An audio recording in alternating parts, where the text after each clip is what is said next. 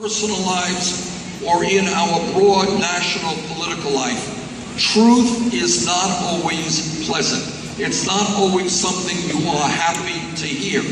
But if we go forward as human beings, if we go forward as a nation, we cannot sweep the hard realities of our lives underneath the rug. We got to bring it out. We have to deal with it.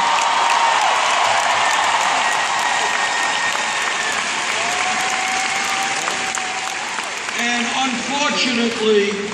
unfortunately, media in this country, for a variety of reasons, largely because they're owned by major corporations, do not deal, in most cases, there are great exceptions, but they do not deal with the realities of our lives in a way that we need to be discussing.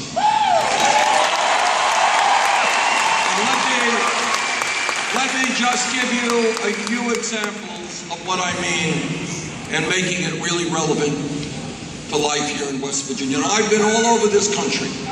I have been all over this country, and the things that I have seen are incredibly heartbreaking. I was to Flint, Michigan, where children are being poisoned by lead in the water that they are drinking. I have been to Detroit, Michigan, where their public school system is on the verge of a fiscal collapse. I have been to Baltimore, Maryland, where tens of thousands of people are addicted to heroin. And I know that addiction is a problem here. We'll get to that in a second. But the point is, point number one, I want everybody here to know this. Never forget it. We are the wealthiest country in the history of the world. But most people in our country don't know that because almost all of the new income and wealth is going to the top 1%. We are the wealthiest country in the history of the world, and that means that public school systems should not be collapsing. Youth unemployment in this country should not be 30, 40, or 50%. Our infrastructure should not be disintegrated.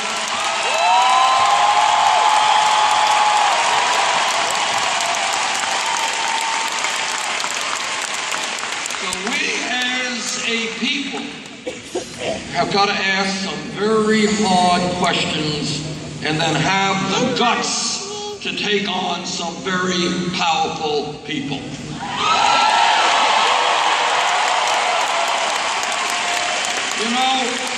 You know, a great nation is not judged by the number of billionaires it has or by the number of nuclear weapons it has. It is judged by how it treats the weakest and most vulnerable amongst us.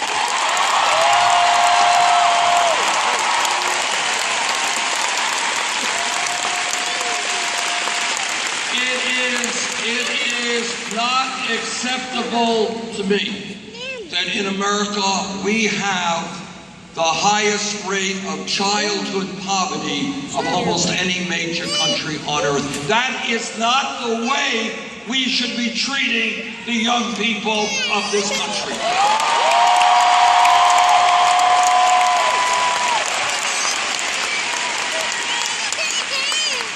And right here in West Virginia, your beautiful state, 100,000 children in this great state live in poverty, over 24% of the total number of kids right here in West Virginia.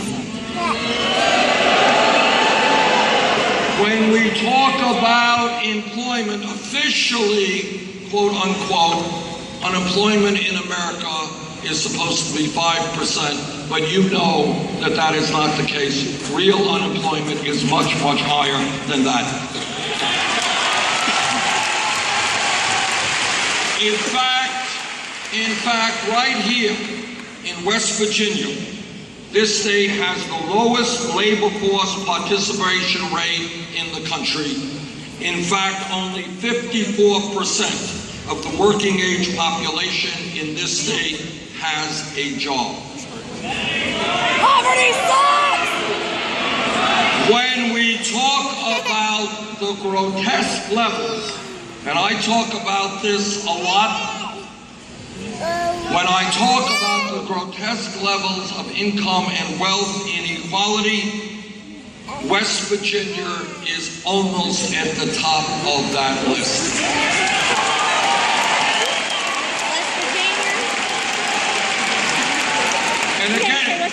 And again, this is a national problem. Believe me, it exists in my state of Vermont. But this is an issue we have got to deal with in every state in this country. And listen to this. From 1979 to 2012, the top 1% of the people in West Virginia saw their income go up by more than 60% on average, while the bottom 90% saw their income go down. Go down by 0.4%. And that is what we are seeing all over America. We have an economy today that is doing really, really, really great if you're in the top 1%. But if you're in the bottom 90%, the likelihood is you're working longer hours for lower wages if you're lucky enough to have a job.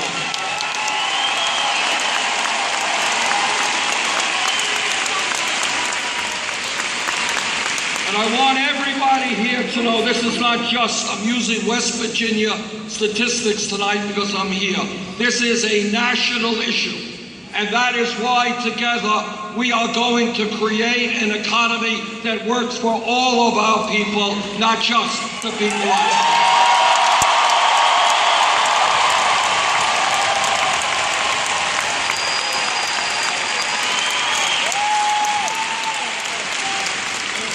A couple of years ago, I was chairman of a subcommittee in the Senate, and we did a hearing on poverty as a death sentence. You know what I mean by that? This is what I mean by that. When you hear about people being poor, people say, well, that's too bad, you know, they don't have a good car, their housing is really not good, they don't have enough money to go out to eat, it's really bad being poor. Being poor is much, much more than that. What being poor is about in America is you die at a significantly lower age than people who have money.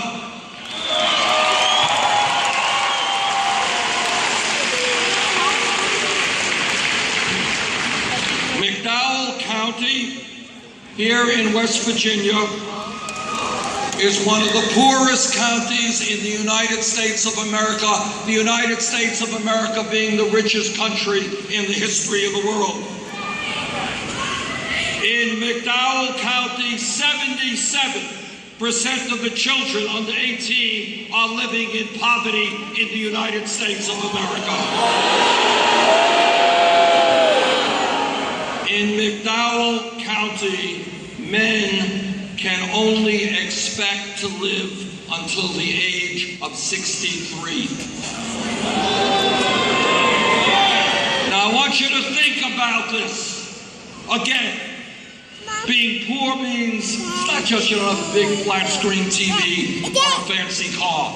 It means that you are dying at a significantly lower age than your fellow Americans. If you drive, for example, drive 6 miles north from this county, you go to Fairfax County, Virginia. In Fairfax County, men live on average until the age of 82 years of age, 18 years more than men live in McDowell County. The average life expectancy for a woman in Fairfax County is 85. In McDowell County, it is 73 years of age. And it's not just McDowell County. We have counties like that.